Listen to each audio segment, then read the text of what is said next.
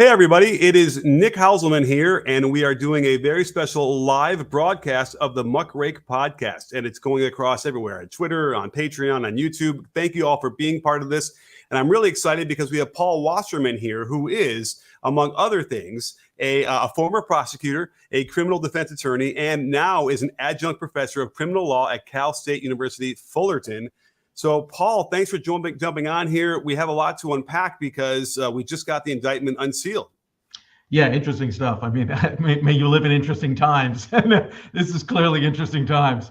Well, I hope we can make this interesting, only because it does seem a little bit like there's missing something in there. I mean, we're not getting the real juicy stuff here, but I actually wrote it all out because I kind of was curious as far as the dates go. But a brief overview, if I got this correct, is they really just listed a whole bunch of the same crime over and over and over again. Is that fair to say? Yeah, correct. That's what it appears to be. I mean, they're each different actions, right? They're each related to individual actions that he did, entering entries into different business records.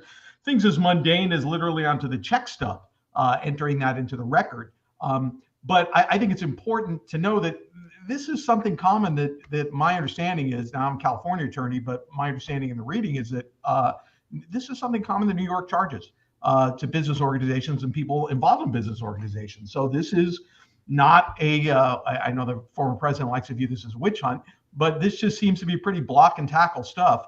And it seems to also be right down the center of the plate for what DA Bragg does.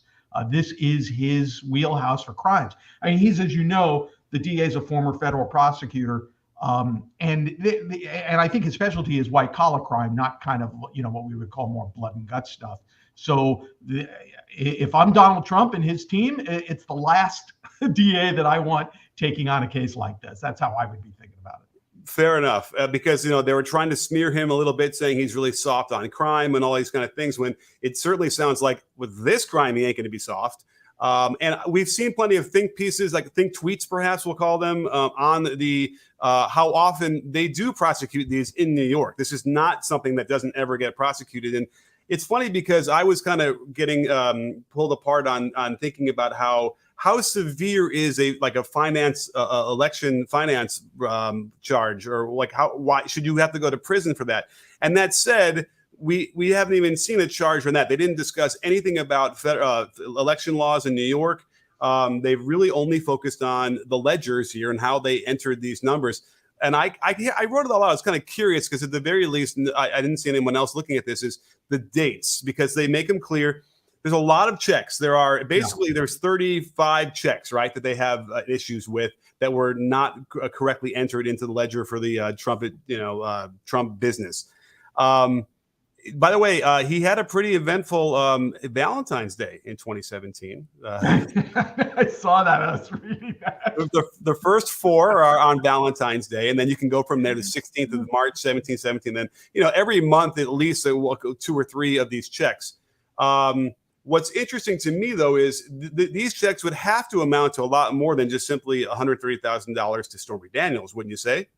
Yeah, I mean, that's going to be the question. I mean, the factual dive into this, it's difficult from this document, right? So I haven't seen the statement of facts. I know some news organizations were reporting that they actually filed a statement of fact along with this indictment. I haven't seen that yet. And the one thing that I've learned in criminal law in my years and years of doing this is wait for the facts, right? The facts are, and as I tell my students, the facts are everything. That in this case, of course, and it sounds pretty obvious, it lives and dies on facts. So it's difficult to know exactly all their theories of the case, but it seems generally from reading this, as you've heard a lot in the last several days, is that it's usually this type of crime. In New York, they call it penal law 175.10.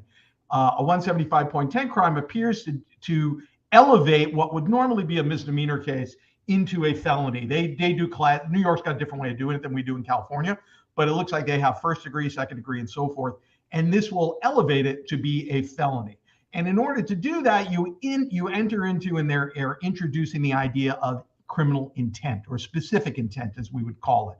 So just by way of background, so you just kind of, and I don't want to go too in the weeds on legal theory because you'll start losing the listeners quickly, but just so you know that every crime requires an act, right? So in this case, you have the act of going into the ledger. Now, if you do that act in a way that you do it voluntarily, but you don't do it for any criminal, real deep, bad intent, that would be a general intent crime. And that is the one that's usually a misdemeanor. What is elevating this to the next level is getting to what we call a specific intent crime, which is you do the act with a bad outcome in mind. In this case, it is to defraud the population during an election. I think that is what they're relying upon in this case is basically election fraud and lying to the electorate. So I think that's the theory. Again, we'll have to hear more from the DA when they do it. But in that case, now you got to get inside his head, right? And that makes it more difficult. Prosecutors, anyone will tell you who does this. I did the job for a long time. When you have to do specific intent crimes, when you have to prove mental intent, it's difficult unless the defendant's admitted something. But that's a whole other story we can delve more into. But just by way of background, so it looks like it's 34 counts of this type of conduct with the intent to either defraud or to cover up another crime or so forth. Sure. And I mean, we've all talked about this. It seems people have already, sort of said it in public that it seems like obviously if you are going to be in furtherance of another crime, which would then be the federal election crimes because it was way too much money for to benefit a campaign. It's interesting that it was not included in this. And I think that when we look at the John Edwards case that happened and ultimately. I'm old enough to remember that. Yes, we all are, right? It was a hung jury, as far as I recall, and I think it centered around. I think there was one acquittal. They acquitted him of one count, and I believe the rest were hangs. Okay, and I think it all centered around intent. They really had a hard time sort of proving that. And here's my question: knowing what is at stake here for Alvin Bragg and what the pressure is that bared upon him for this case, and with your experience in this realm, would you think that they would even get close to this point of the process if they didn't have intent hammered down completely 100%? I mean, you'd like to think yes, right? So I'm going to I'll put on a prosecutor hat here for a second, then I'll put on a defense attorney hat. So from the prosecutor perspective, absolutely. First off, you have an ethical obligation to only pursue a crime where you believe you can convince a jury behind a reasonable doubt of the crime and all the elements of the crime. And the elements of the crime are just the action and the intent is probably an easy way to do it. So in that situation, you would have that. Somebody texted me, said, lower your camera, you can't see it. And I just lost my train of thought as I was doing that. Wait, ask me your question again. I'm sorry. Oh, the two hats of the prosecution, what they're thinking. I apologize. So in the situation where you are deciding, once you pass that ethical barrier, right, you want to make sure that you have enough evidence to do it. But a jury can view that differently, right? I mean, you might have a very, very strong case, what you think shows intent, right? And intent is generally proved circumstantially. The only general direct evidence of intent would be a defendant's statement, whether that's written or oral, right? We would call that direct evidence. Circumstantial evidence would be documentation showing it or the circumstances around it, all those type of things. Equally as important as direct evidence and has as much weight in the courtroom. So I think from the perspective, I think your question, you're right. I think that Bragg is a smart guy, definitely a smart guy. I might disagree with some of his policies, but hey, God love America, right? That's the way it is. But I think that this is a smart enough guy that he's only going to go in with a very strong case that he thinks he can prove. The flip side to that is that, you know what? The government charges cases all the time, and sometimes they overcharge them. And sometimes their view of what they think they can prove to intent is something that a jury might not actually agree with. So I don't know. This is not a slam dunk case. Let's be clear about that. These are not slam dunk cases. And I think that it's going to be hard fought, and he's going to, of course, delay this as long as humanly possible. So we'll see about that, and we can talk about it. But yeah, I ultimately agree with you that I think that it has to be a strong case circumstantially. Otherwise, for all the political perils involved as well, I don't think he would have brought the case. But we'll see. Fair enough. Well, there as you're monitoring, or as I'm monitoring Twitter and Discord and all different areas, it seems like different people have different information. We were able to find the charges, the counts unsealed, and that was clear. The 32 counts of the writing the checks and the legal entry. However, Hecatron over on our Discord, it was sharing a tweet from Greg Sargent, who I think would be reputable on this. He has some screenshots. Let me read these to you because there looks like some a little bit more interesting stuff here. And I'm not sure where he's getting this from. There's a fraud piece in this, and it's part of a list of things. This is number 25. The TO CFO, I think Trump Organization CFO, and Lawyer A, which we know is Michael Cohen, agreed to a total repayment amount of $420,000. They reached that figure by adding the $130,000 payment to a $50,000 payment for another expense, for which Lawyer A also claimed reimbursement for a total of $180,000. Then the Trump Organization CFO doubled that amount to $360,000, so that Michael Cohen could characterize the payment as income on his tax returns instead of a reimbursement. Right. So that's not good. This is a part that I'm a little surprised about, to be honest with you. There's not a conspiracy charge in here. So assuming that's all true, right? Let's say you make that allegation. A conspiracy is basically an agreement between two people to commit some crime, some public offense, right? So it seems to me here that you have a lot of parties colluding, making up an agreement, either explicit or implicit. It doesn't have to be an explicit agreement. It can be implicit as well, to have an illegal outcome, right? Which is either tax fraud, defrauding the public, so forth, which could be the basis of a conspiracy. Now, again, I always hated as a prosecutor when talking heads would start second guessing my charging decisions, because I, as a prosecutor, had infinitely more facts than the general public has. And so I'm please take what I'm saying with a grain of salt. But just on the stuff that I heard just from him reading what you just read that he's saying, which I think was in the statement of facts, which I still haven't been able to see yet. I heard the news reporting it. We're doing this live and with not much prep time, which is fun. But I wish I had that, because I'm very surprised that there was not a conspiracy charge filed. Because a conspiracy gives you a lot of especially as a prosecutor, it's an incredibly effective cudgel in some ways, because you really can hammer people with conspiracy to commit fraud, tax fraud. It basically is what is that the phrase? Yeah. I mean, because New York and it would be, and especially because you have New York State tax fraud, right? Obviously federal, and there would be some issues about whether you can make the object of a federal, which I think you still could, but I have to do the legal research on it. But yeah, and so I was a little surprised by that. Well, there's more. Let me fill this in a little bit, because number 26 would say, it says the defendants, the CFO of the Trump Organization, and Lawyer A, Michael Cohen. So the CFO is not Trump, right? No, that'd be the chief financial officer of the Trump Organization. By Weisselberg, I'm thinking. But then they agreed that Lawyer A would be paid the $420,000 through 12 monthly payments of $35,000 each over the course of 2017, which is what all these checks are listed in. Each month, Lawyer A was to send an invoice to the defendant through Trump Organization employees, falsely requesting payment of $35,000 for legal services rendered in a given month of 2017 pursuant to a retainer agreement. At no point did Lawyer A have a retainer agreement with the defendant of the Trump Organization. There's another one here. Let me get one more screen. There's a couple more. That sounds like a conspiracy to me. Right.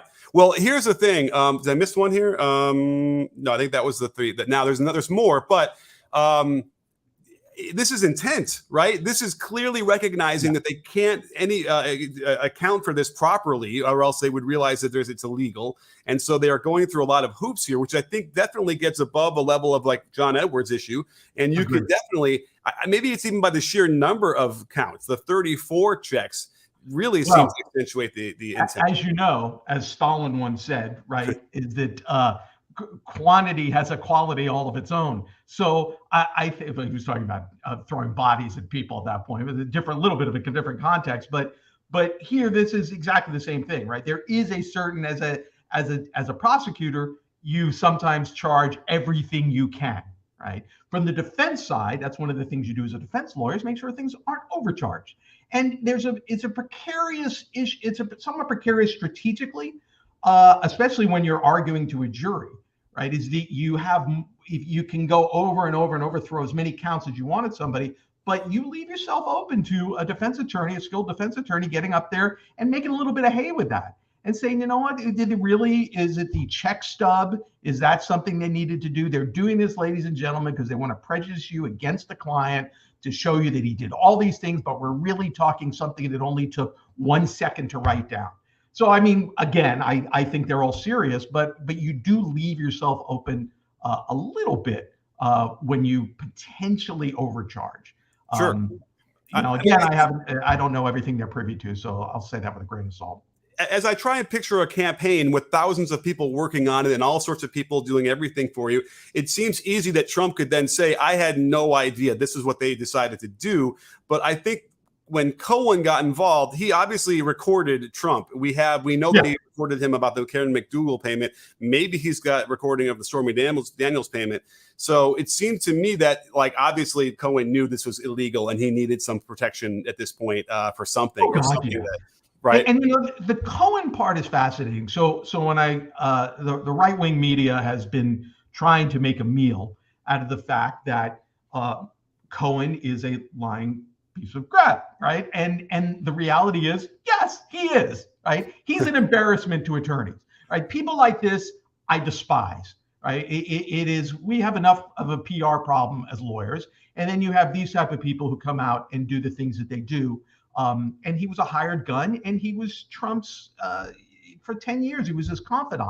So he is a lying piece of garbage who was convicted of lying to Congress. So they're trying to make a big deal out of this. Now, the reality is, in almost every business case, especially like this is, whether it's a conspiracy or not, where you're dealing with other people, an informant is always part of it, almost exclusively. But the important part I think people should realize, when you do use an informant or somebody with an incredibly sketchy background, like Michael Cohen, is you're going to have a ton of corroboration. You're going to, as a prosecutor, you're going to want to corroborate every word that comes out of his mouth on the stand, because you know a good defense attorney is going to get up and destroy him or work to destroy his credibility. And so everything that he says, I feel confident they will have a physical document that is not subject to bias, that is not subject to the catcalls of the right, that is going to be very clearly corroborative of the things that Michael Cohen says. And that's not good news for Trump. It's not good news for Trump.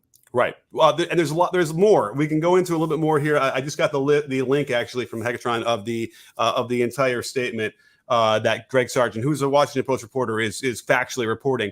One thing that he pointed out, and we can let him do some of our work for us because he's culling through this a little bit, was, I guess, Donald Trump Jr. was the one who wrote these checks. And so it says here on number 29, lawyer A submitted 10 similar monthly invoices by email to the Trump organization for the remaining months.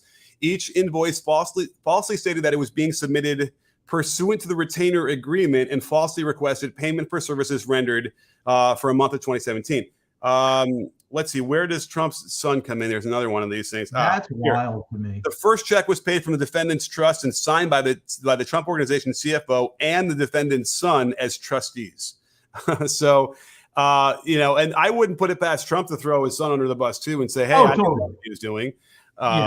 Yeah, well, that's his best defense. I agree. His best defense, well, anytime you have a specific intent crime, especially a financial crime like this, is, hey, I wasn't doing it to defraud anybody, or he only has a couple of ways to go, right? One is, I never knew what I was doing, right? Somebody just put something in front of me and I signed it, right? That's right. My accountant told me, whatever it is, you can try your best to convince a jury that you didn't know. You can try to blame somebody else. We call those Saudi defenses, right? Some other dude did it, SODDI. So in a Saudi defense, you're trying to put it somebody else. It's this guy that did it, not me. He's going to do everything he can to first either, I think it's going to be more difficult to take himself out of hey, my physical actions weren't involved in this. It was somebody else. Good luck, because they're doing it your direction. In any type of crime where a specific intent is alleged, you go after basically an innocent intent. is that if you're the defense, that's what you're going to say. You're going to say, look, he didn't do it for that reason. He was being extorted. And he was being extorted. And he was, let's be clear, he was being extorted. Like, I have no love for this man, but he was being extorted by two people. I assume McDougal, I don't know as much about her story. I know they were doing a catch and kill with the Inquirer. Yes. And Stormy Daniels were clearly trying to get money out of the guy, right? I mean, or at least Stormy Daniels was 100%. Yeah, to get money out this is interesting because they titled the scheme, the catch and kill scheme is right at number one. How they start this whole thing. So they go into McDougal, they go into the doorman story, which, remember, a lot of this was sort of innuendo, and no one wanted to sort of confirm that on any of these things really happened. But it seems like, yes, these did happen. They did pay David Pecker of the Inquirer to kill these things, and you don't generally do that unless they're probably true. We know Stormy Daniels had a picture of him and her. Like, there seems enough evidence that actually happened as well. But I think that the interesting thing that people have talked a little bit about, though, is the timing of the Stormy Daniels payment is right after the Access Hollywood tape comes out. And obviously, at that moment, they thought that that campaign was completely done. Trump he had lost. There was no way he was going to win.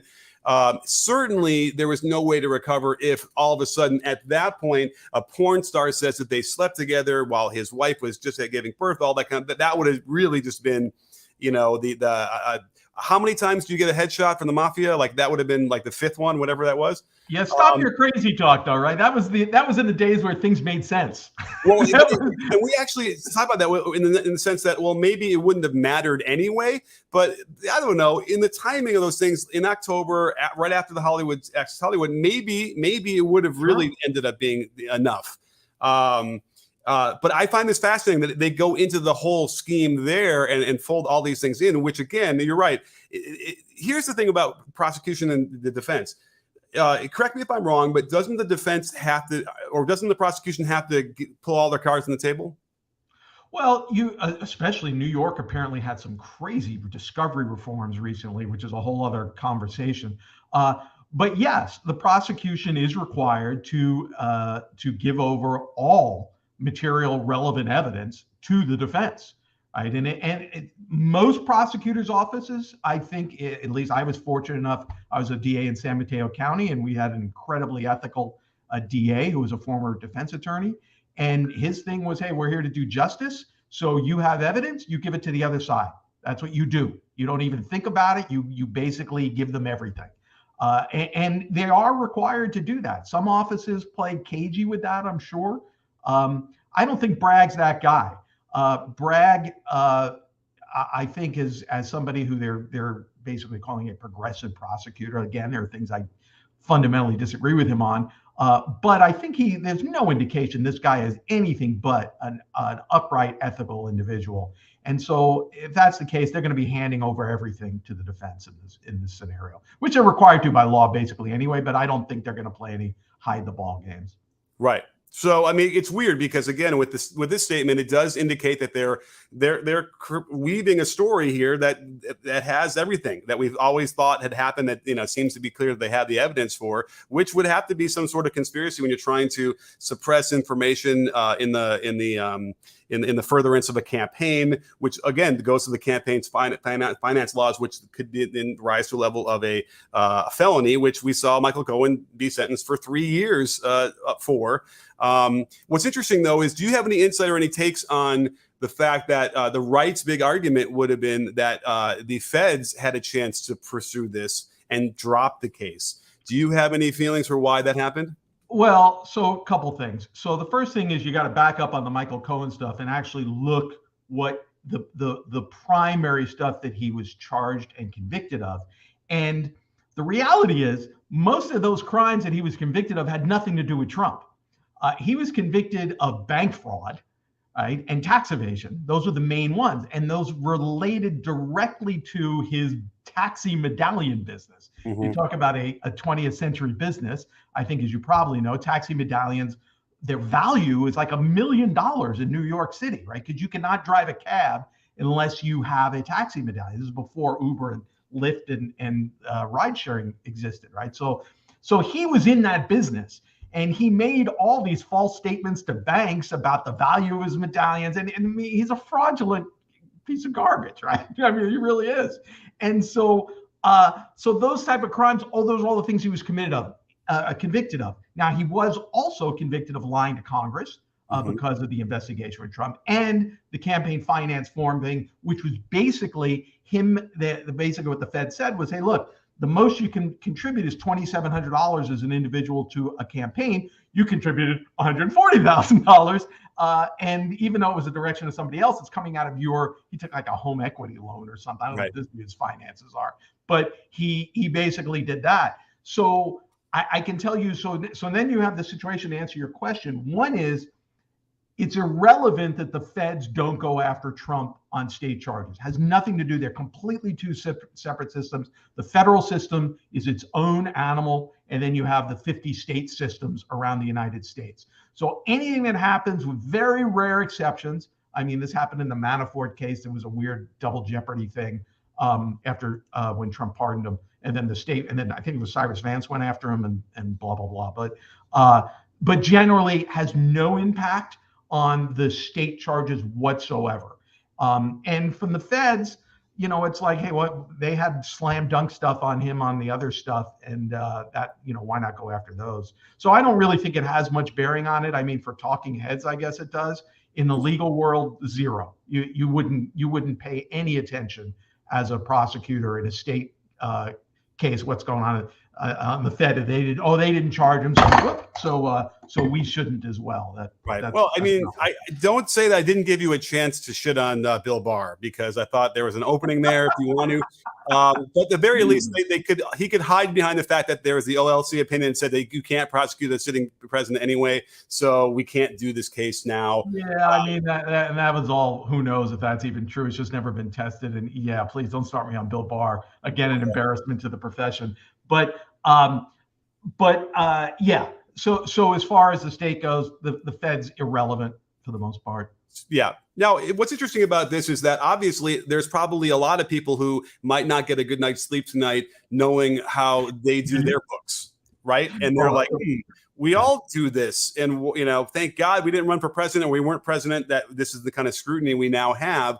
And I guess my take on that would be, just as an aside, would be just simply, okay, fine. If that's how you want to do business, you simply need to understand that if you get caught, then you are going down, and there isn't anything you're going to do to complain about it, because you knew what the case was. Like that's what they do. They know that there's a real big risk here. And I suppose that the price of doing business the way they do it is they just pay the fine, they get their lawyers, they get them off, and nothing ever happens to them here. Do you think that this is going to end up with any kind of prison sentence for Trump, or just a fine? No, I'd be stunned.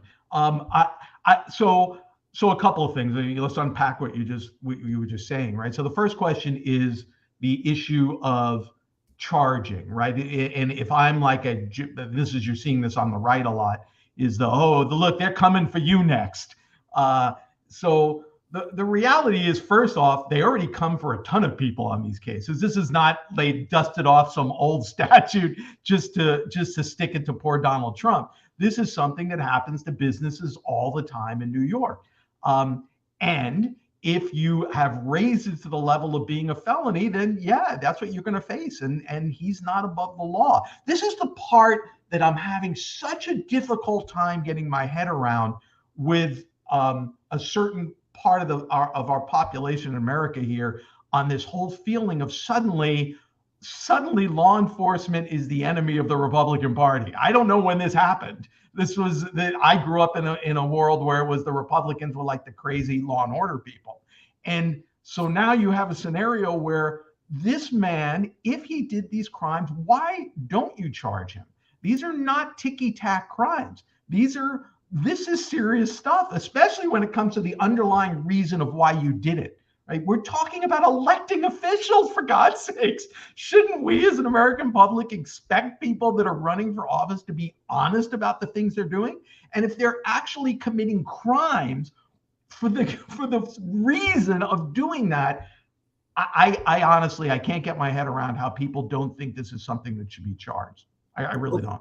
Fair enough. I mean, I agree. I'm behind you, and I think that there's a lot of elements now coming to bear on him that will lead to overlapping charges. I find it hilarious that the Secret Service. I read something about it where it's like, well, they're really concerned because how are they supposed to protect him if he's in prison? That would be very strange. He's not going to jail. I mean, let's also be clear. First off, most white-collar crimes people don't go to jail. Right. I don't know how many people, even who I don't know New York as well, so who've been charged and convicted of these types of crimes actually did custody time. I'm going to opine probably not that many. So hard to say. Now, I personally disagree with that. I think that people should serve jail time for crimes like this. If I'm going to send somebody to the joint for, holding up a liquor store and taking $20, now granted it's different, it's violence and all those type of things, which should get serious time. On the flip side, though, this is still serious crime. And we're talking about at the highest levels of government. How is it that we as an American population are not mortified and frightened by the people pulling the levers of power doing crimes like this? I don't get it. Sure. Now, what's interesting is as I'm going through the statement here, as they lay out all the catch and kill stuff, that gets sexier. This gets more interesting and more intriguing in a way that this would definitely be something that's a lot more serious than, a bunch of ledgers were misappropriated, the way they wrote them down over a course of a few months. Even if that doesn't even matter, right? The law is the law. It's clear that they violated this, and they certainly were, I guess, dumb enough to write it all down. I mean, they didn't have two different books. I used to hear about Trump having two separate books, and this one they just decided to do it above board. By the way, is there a way? Let's just pretend that, and I have one. We'll wrap this up in a minute, but would there have been a way for Trump to have given Stormy Daniels this money without it ever having a crime? Wow, that's a really good question. I mean, well, yeah, so if he had just written a check to her, right? I myself am going to write a check to you because I don't want you to go ahead and, release his personal stuff. And if his intent was, I don't want my wife to find out about this, right? That's not a criminal intent. I don't want you out there because I don't want you ruining my marriage because my wife just had my son when I had to go see a porn star. Okay, whatever. So in that situation, had he just written a check under his own account, didn't try to triangulate and try to hide it, and then amazingly write it off on your taxes as a business legal expense, as attorney fees, which again, that's why I don't understand why they haven't gone after tax stuff on this. But again, they have more information than I do. That wouldn't be illegal, I don't believe. I can't think of why that would be illegal in that scenario. And even if you say, well, what if he was doing it to undermine the election? Okay, sure, prove that. That's going to be the hard part here too, right? Because if he goes through this whole thing of saying, look, fine, I wrote this stuff. Fine, I committed 34 misdemeanors by incorrectly writing in there. My intent in my head had nothing to do with the election. I thought I was going to lose. Everybody thought I was going to lose. I did it because I'm married to this woman that I love, allegedly. And she, didn't want her to find out about it.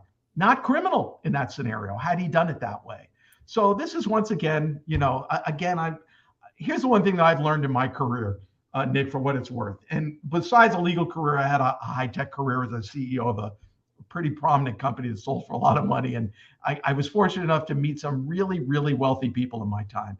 Here's what I found about oftentimes with many wealthy people, they think they're a lot smarter than they are. And people have this view that if I have a ton of money, I must be smart. And the reality is that's not really true. And it's definitely not true with him. We've lived through him. I don't find him to be a particularly insightful individual or smart. So this whole thing about, well, he would never do this because only an idiot would do it this way. Well, okay, but that happens often in crime. I'll point out one other thing, just one last point on the whole thing with Trump, specifically on this crime and his team. And this was true as a prosecutor. Anytime you had a high profile case, and I had my share, and the defense is screaming about the DA's office, not the case itself, it's about the prosecutor. I got accused of this, right? I'm a Nazi. I'm doing this. I'm blah, blah, blah, blah, blah. It's because they have nothing else to argue, right? The facts are against them and the law is against them. So what do? You go after the prosecutor. And that's exactly what you're seeing here, which to me indicates even more obviously, this is probably a pretty strong case.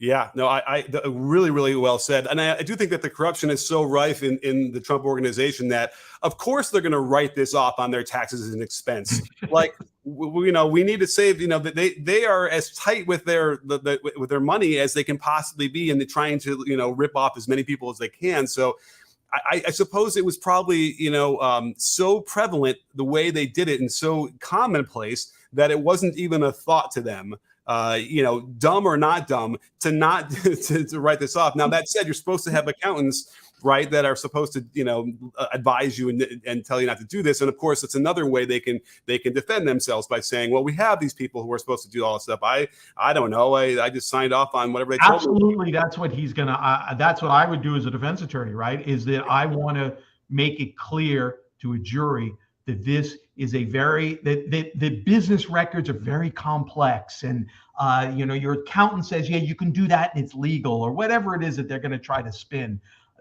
What else are you going to argue, right? The law's not on your side, and right. The facts aren't on your side, so you're kind of in trouble. Again, I think their best defense on here, when it gets down to it, is what his intent was, and I would totally, if I was him, make the argument that it was. There was no nefarious intent here. It was literally so my wife didn't find out. By the way, you sound like you were a terrific defense attorney, because I'm sold. I'll acquit him right now if that's what you were standing up in front of me and I was sitting in a jury. Well, it's such a fascinating part, and that's why I love teaching criminal law to undergrads, because I love to teach them about the system. And one of the things I always talk to them about is this concept of justice. And I make it clear to them, look, there are two types of justice in America. People say there's two justice systems. Well, there's two types of justice. There's justice, what I would call justice with a capital J, and justice with a lowercase j. Capital J is the system. Is it fair? Does he have the right to defense? Is the process fair? All these type of things. Is the jury impaneled fairly, right? We're gonna get justice with a capital J in this case, without a doubt, right? In my opinion. This is what the American system of law is designed to do. The question of little j justice is really a jury verdict. When a jury comes out with a verdict, that's little j justice. And that's going to be, is it justice for the defendant or the victims or so forth? It's 12 people. Who the hell knows what they're going to do, right? You don't know, because they're going to hear two relatively reasonable explanations. They're going to have to go back there and they're going to have to decide who they believe factually, and then they have to apply the law to it. Will they convict? Will they acquit? Who knows? Any defense attorney or prosecutor worth their salt will tell you that after they are done with their closing argument and the jury goes out to deliberate, you're like, I'm going to lunch, because who the hell knows what these people are going to do? I don't know. So I'm confident that you will see capital J justice in this case, and you're already seeing it. That's what I love about the American criminal justice system. For all people complain about it, I think it's the best in the world.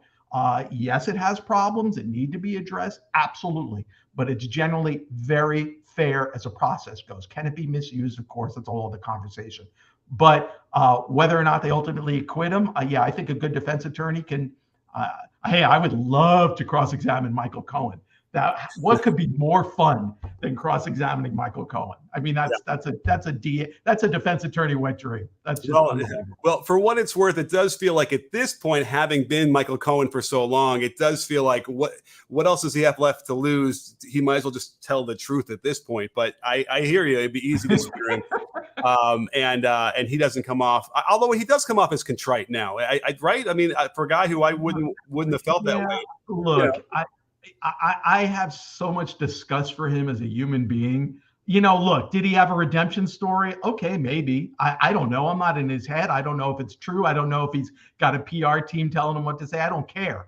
All I know is that he was a convicted liar from lying to Congress. And generally, I don't believe anything the guy says. However, from a legal perspective, That's a snitch case. That's nothing new. It's been happening for years and years and years. And that's why you always want corroboration, because you know a good DA knows what their exposure is. And that's the exposure here. A guy who's a convicted felonious liar. And you just hammer that over and over. Yeah, a guy, a convicted felonious liar who has tapes.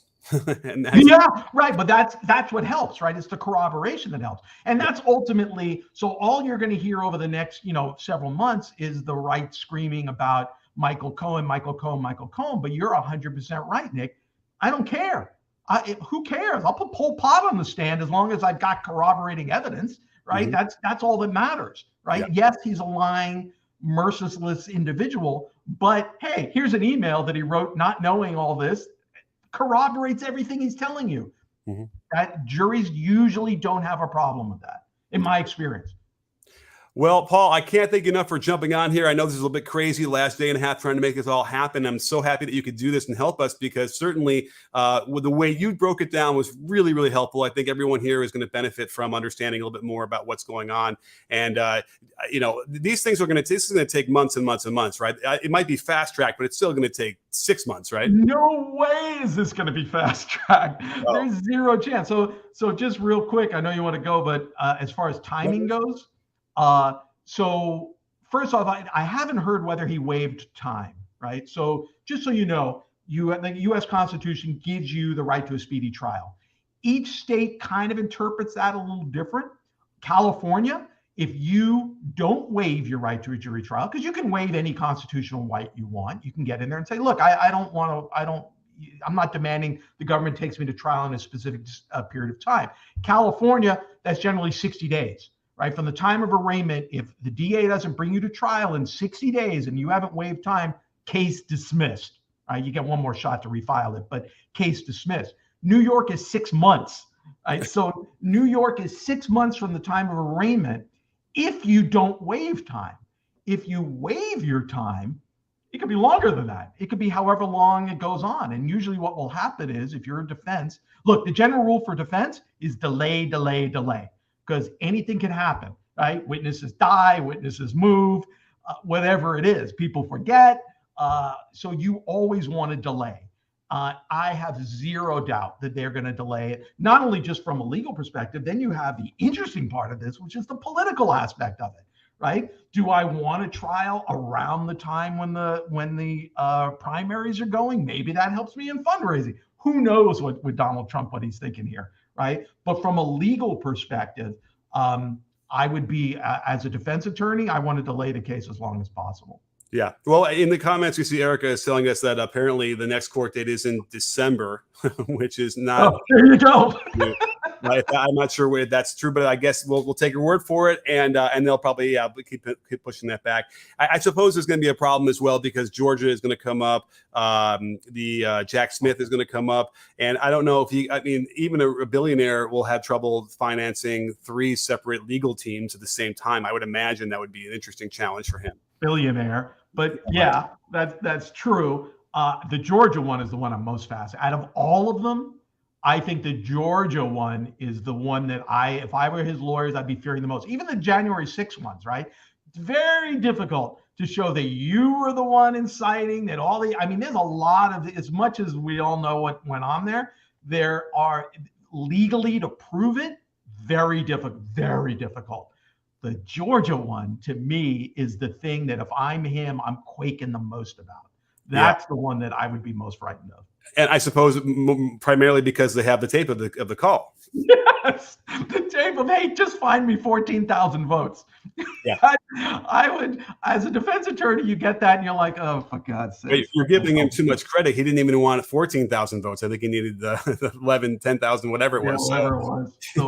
But that'll be one of the most. That'll be the fascinating one for me. All right. Yeah, I agree. I think that one, but none of this helps. This is going to be a lot of pressure on him, and he seems to not understand that he shouldn't be going on Hannity and talking about all these different things. So either way, Paul, thank you so much for breaking this down. And, if we need you again, hopefully we can put the bat signal up and you can come back on and help us understand more of the criminal enterprise that is the Trump Organization.